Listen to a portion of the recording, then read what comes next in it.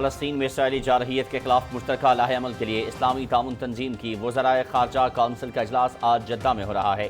نائب وزیر اعظم اسحاق ڈار اجلاس میں پاکستان کی نمائندگی کریں گے۔ سعودی عرب پہنچنے پر OIC کے مستقل مندوب اور پاکستانی سفیر نے نائب وزیر اعظم کا استقبال کیا۔ اجلاس میں غزہ پر مکمل فوجی کنٹرول کے اسرائیلی منصوبے کے تناظر میں فلسطین کی صورتحال سے متعلق مشترکہ لاہ عمل پر غور کیا جائے گا۔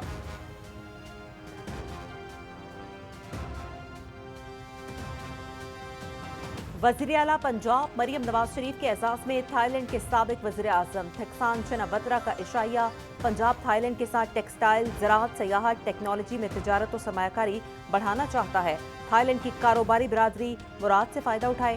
ثقافتی، سفارتکاری، تعلیم اور سیاحت کا فروغ عوام کو مزید قریب لا سکتا ہے۔ پنجاب سے علاقائی منڈیوں تک رسائی آسان ہے۔ مریم نواز شریف۔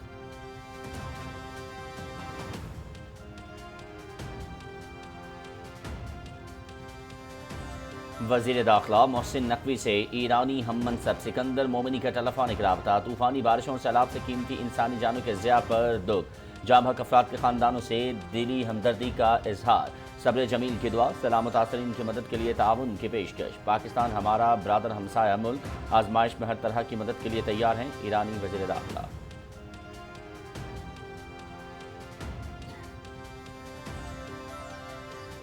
2018 میں آنے والی تبدیلی نے ملک کو شدید نقصان پہنچایا۔ ملک میں ترقی کا پہیہ روکا گیا۔ گزشتہ دور میں موسمیاتی تبدیلی سے نمٹنے کے لیے کوئی اقدامات نہیں کیے گئے۔ سیاسی استحکام ہی ملک کی ترقی کا واحد راستہ ہے۔ پائیدار ترقی کے لیے سب کو مل کر کام کرنا ہوگا۔ اڑان پاکستان پروگرام ترقی و خوشحالی کا ضامن ہے۔ نظام میں بہتری کے لیے مصنوعی ذہانت کا استعمال بڑھ رہا ہے۔ بدلتے ہوئے رجحانات سے ہم آہنگ ہونا اشد ضروری ہے۔ وفاقی وزیر ترقی و منصوبہ بندی احسن اقبال کا لاہور میں تقریب سے خطاب۔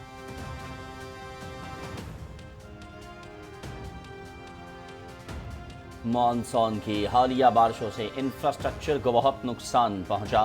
موسمیاتی تبدیلی جیسے چیلنجز سے نمٹنے کے لیے عالمی سطح پر اجتماعی کاوشیں درکار ہیں۔ چیٹ GTP اور AI ٹیکنالوجی کافی حد تک معاملات کو آسان بنا رہی ہیں۔ وفاقی وزیر ڈاکٹر مصدق ملک کا لاہور میں تقریب سے خطاب۔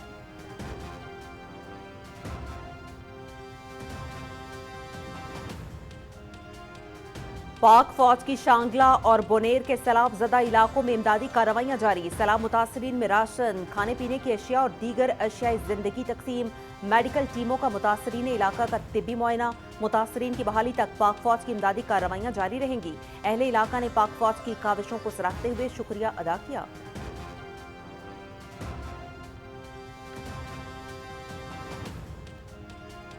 دریائے ستلج میں ہیڈ گنڈا سنگھ والا کے مقام پر اونچے درجے کا سیلاب، جبکہ ہیڈ سلیمانکی کے مقام پر درمیانے درجے کا سیلاب۔ دریا کے نشیبی علاقے زیر آب۔ سیلابی پانی کی مقدار میں بتدریج اضافہ۔ بند ٹوٹنے سے 25 موضوعات شدید متاثر۔ متعدد آبادیاں زیر آب۔ منچن آباد تحصیل میں 6 ریلیف کیمپ قائم۔ پسور میں بارشوں کے باعث برساتی نالہ ہسری میں سیلابی پانی کے بہاؤ میں مسلسل اضافہ۔ سیلاب کے باعث دھان اور چارہ کی فصلیں متاثر۔ سیلابی پانی کوٹلی حاجی پور، موسیٰ پور، کوٹ کلال سمیت کئی دیہاتوں میں داخل۔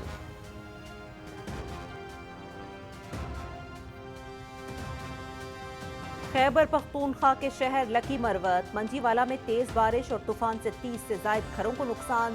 بیشتر مکانات کی دیواروں اور چھتیں گر گئیں۔ کئی مویشی بھی دیواریں اور چھتیں گرنے سے ہلاک۔ ضلع انتظامیہ لکی مروت۔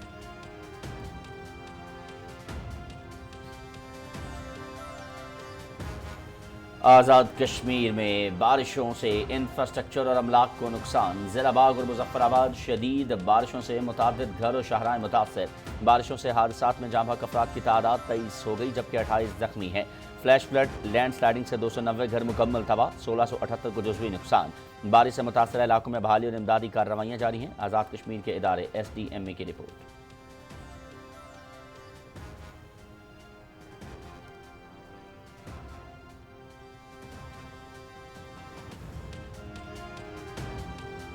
نیو جرسی میں پاکستانی کمیونٹی کی طرف سے یوم پاکستان کی تقریب کا انعقاد۔ امریکہ میں پاکستان کے سفیر رضوان سعید شیخ کی تقریب میں شرکت۔ پاکستان کے متنوع ثقافتی ورثے، دستکاریوں اور پکوانوں کے اسٹالز لگائے گئے۔ امریکہ کی ترقی میں پاکستانی برادری کا کردار پاکستان کے لیے باعث فخر ہے۔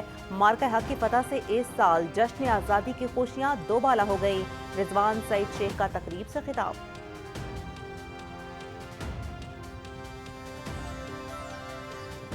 تجارتی سطح پر NLC کی تاریخی کامیابی، علاقائی تجارت میں نیا باب رقم۔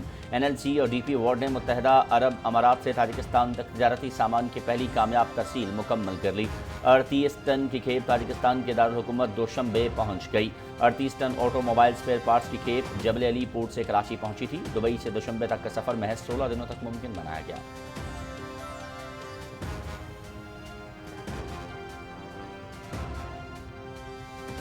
بھارت میں کندھمال فسادات کو 17 سال مکمل۔ 25 اگست 2008 کو ہندو انتہا پسندوں نے ریاست اڑیسہ میں سینکڑوں عیسائیوں کو موت کے گھاٹ اتار دیا تھا۔ فسادات میں 600 عیسائی گاؤں اور 400 سے زائد چرچ نذر آتش کیے گئے۔ 100 سے زائد عیسائی خواتین اجتماعی زیادتی کا شکار، درجنوں خاندانوں کو زندہ جلا دیا گیا۔ فسادات کے نتیجے میں سینکڑوں عیسائی جاں بحق جبکہ 75,000 کے قریب بے گھر ہوئے تھے۔ فسادات کے مرکزی کردار بجرنگ دل، راشٹریہ سوائم سیوک سنگھ اور وشوا ہندو پرشاد تھے۔ Economic Times.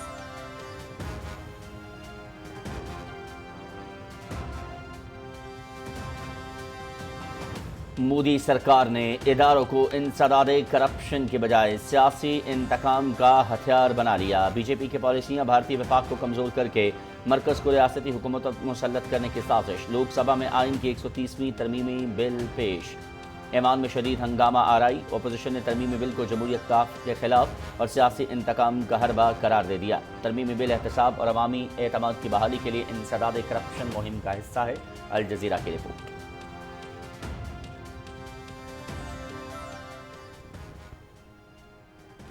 غزہ میں قابض صہیونی فوج کی وحشیانہ بمباری۔ گزشتہ 24 گھنٹے میں مزید 51 فلسطینی شہید۔ بھوک سے مزید 8 افراد جان کی باسی ہار گئے۔